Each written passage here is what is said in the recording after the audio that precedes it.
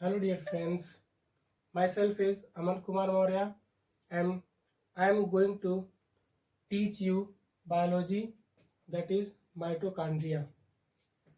This is mitochondria and I am going to explain about mitochondria.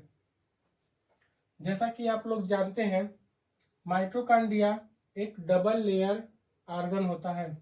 Mitochondria के outer layer smooth होती है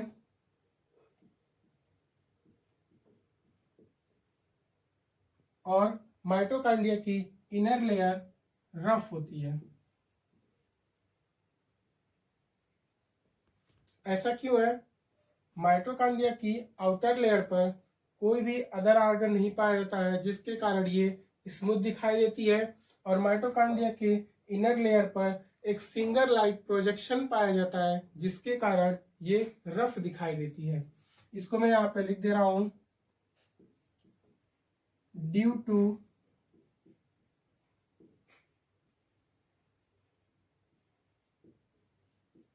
finger like projection. अब इस finger like projection को क्या कहा जाता है? क्रिस्टी। इस फिंगर लाइक प्रोजेक्शन को हम कहते हैं क्रिस्टी। अब हम इसके अंदर के स्ट्रक्चर के बारे में बात करते हैं। तो माइटोकॉन्ड्रिया के अंदर एक फ्लूइड भरा होता है, एक लिक्विड पाया जाता है, जिसकी स्ट्रक्चर मैं कुछ ऐसे बना रहा हूं।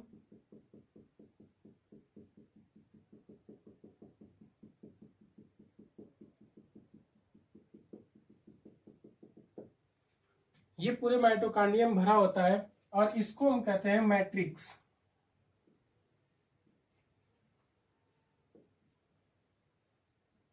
इसको हम लोग मैट्रिक्स कहते हैं।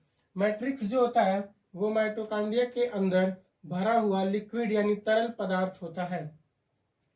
अब इस मैट्रिक्स के अंदर बहुत सारे छोटे छोटे चीजें पाई जाती हैं, जैसे कि इसके अंदर डीएनए पाया जाता है।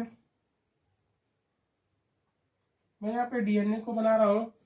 डीएनए जो होता है वो डबल स्ट्रैंडेड होता है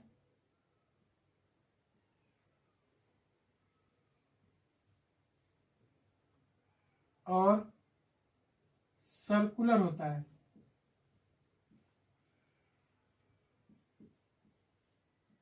डबल स्टैंडर्ड सर्कुलर डीएनए। इसके बाद माइटोकॉन्ड्रिया में छोटे छोटे ऑर्गन पाए जाते हैं, जिसको राइबोसोम कहा जाता है। क्या कहा जाता है? राइबोसोम। ये राइबोसोम आकार में तो बहुत छोटे होते हैं, लेकिन इनकी संख्या बहुत ज्यादा होती है। अब एक चीज और ध्यान दीजिएगा, माइटोकॉन्ड्रिया की इनर लेयर पर एक स्ट्रक्चर पाई जाती है, टेनिस रैकेट लाइक स्ट्रक्चर पाई जाती है, जिसको हम लोग कहते हैं ऑक्सीसोम।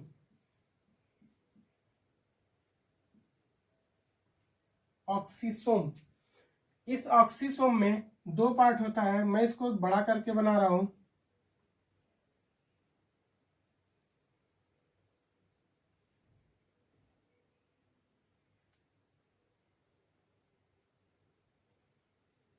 ये रहा ऑक्सीसोम। इसको भी बराबर कर देते हैं। अब इस ऑक्सीसोम में दो पार्ट है। इस वाले पार्ट को हम लोग कहते हैं बेस, इसको कहते हैं पेडिकल, और इसको कहते हैं हेड। जो बेस है इसको एक और नाम देते हैं F0, और जो हेड है इसको F1 पार्टिकल भी कहते हैं।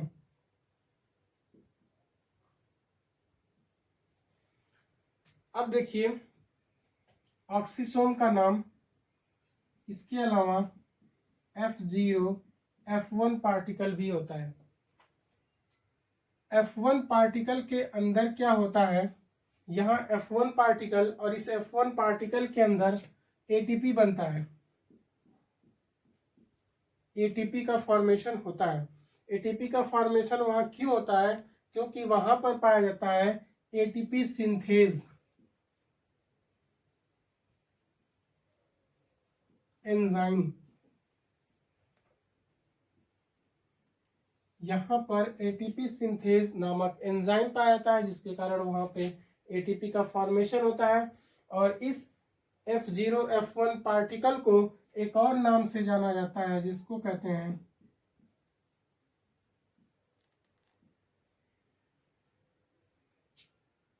फर्नांडेज मोरन पार्टिकल।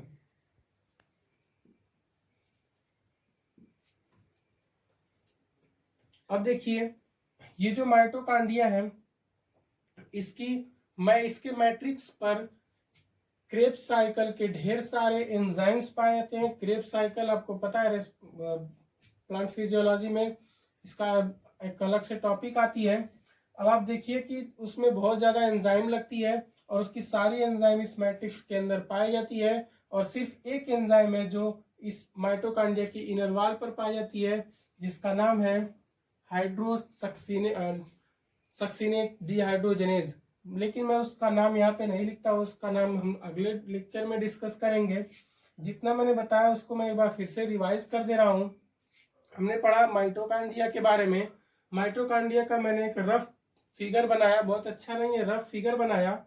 अब उसमें देखा कि माइटोकांड्रिया जो डबल मेम्ब्रेन बाउंड ऑर्गन होता है, अब इस माइटोकांड्रिया की जो आउटर लेयर होती है वो क्या होती है? स्मूथ होती है, और माइटोकांड्रिया की इनर लेयर जो होती है वो रफ होती है।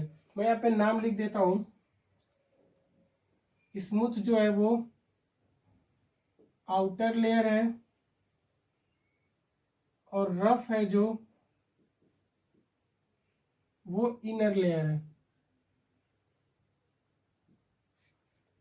इनर लेयर रफ होती है। इनर लेयर रफ क्यों होती है? Due to finger like projection called Christie.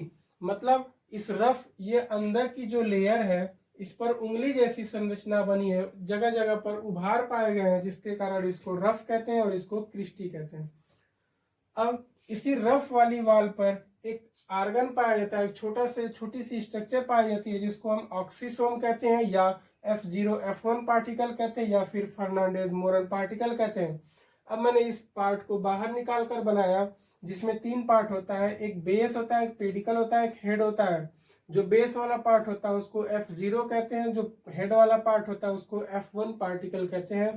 और इसी हेड वाले पार्ट में एटीपी सिंथेज नाम का एक एंजाइम पाया जाता है, जो एटीपी बनाने में हेल्प करता है। That's all.